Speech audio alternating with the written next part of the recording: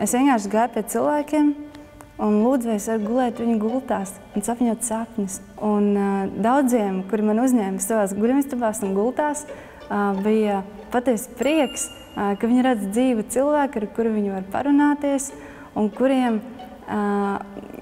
kuram interesē viņi kā cilvēki. Es parasti ierodos ap 8 vakarā. Mēs kopīgi gatavojam vakariņas, komunicējam, iepazīstamies, tā teikt, apziņas līmenī. Un tad es dodos gulēt un sapņot sapņus.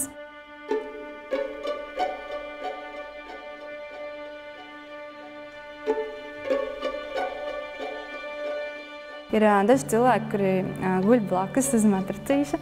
Ir citi cilvēki, kur guļ virtuvē, kuri guļ citā istabā. Un galā tapa šī grāmata, kur ir pierakstīti sapņi pusgada garumā sapņoti.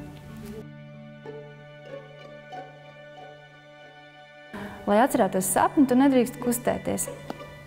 Un tad es izdomāju tādu sistēmu, kad es varētu iet gulēt ar ļoti daudz baltām lapām un ļoti daudz dažādiem rakstāmajiem, lai noķertu to mirklīti, kad tu tā kā guli ar kaut kādu smadzenes daļiņu vēl sapņo sapni, bet otru tā kā jau ceļās augšā, un ar to daļiņu tu tā kā ņem to rakstāmo un sāc rakstīt.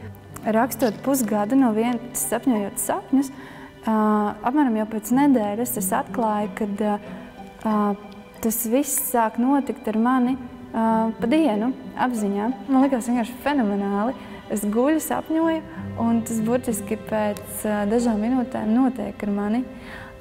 Dažkārt ir arī kaut kā simboliskāk vai pēc nedēļas.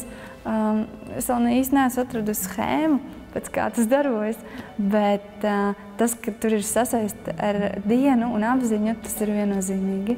Sapņu tulkošana pēc tādām sapņu grāmatām viņi nevar uzskatīt par korektu. Ja? Tā ir vienkārši rotaļa, tad, kad cilvēki bišķiņ stimulē savu varbūt fantāziju vai pasmējās varbūt, ja? Bet to nevar uztvert kā kaut ko nopietni. Ja? Ja mēs sapnī redzēsim ābeli, tad jums tas nozīmēs kaut ko vienu, un man tas nozīmēs kaut ko citu. Ja? Lai gan jūs ieskatīties sapņu grāmatā, un tur iespējams, ka ābeli tiks asociēta ar māti. Ja mēs kaut ko izdomājam, tad mēs operējam tikai ar apziņu faktiski.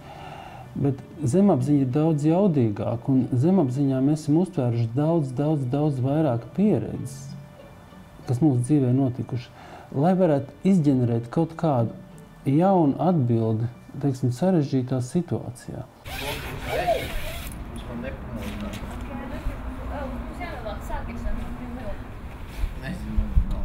Jā, tā doma bija tāda, ka kādēļ tikai es dodos pie cilvēkiem, ka es varētu aicināt arī cilvēkus gulēt kopā ar mani un tikties kopīgā sapnī. Šī ideja neradās tāpat vien. Man pašai gadījās tikties sapnī ar kādu meiteni, ko mēs atklājām netīšām. Mēs bijām Erasmus programmā Anglijā. Un mēs no rīta vienkārši pamodāmies un sākām stāstīt sapni un secinājām, ka mēs redzējām vienu un to pašu sapni. Tas, ka viņi būtu vienādi tie sapņi, tas ir ļoti maz iespējams. Ja, katram ir sava pieredze, katrs to vienu un to pašu iegūto, šodien iegūto iespaidu viņš analizēs savādāk. Ja. Līdz ar to cerēt, ka sapņi būs vienādi, ir ļoti maziņš procentiņš. Es nedomāju, ka tiem cilvēkiem fiziski jāguļ vienā telpā, lai viņus kaut kas vienot.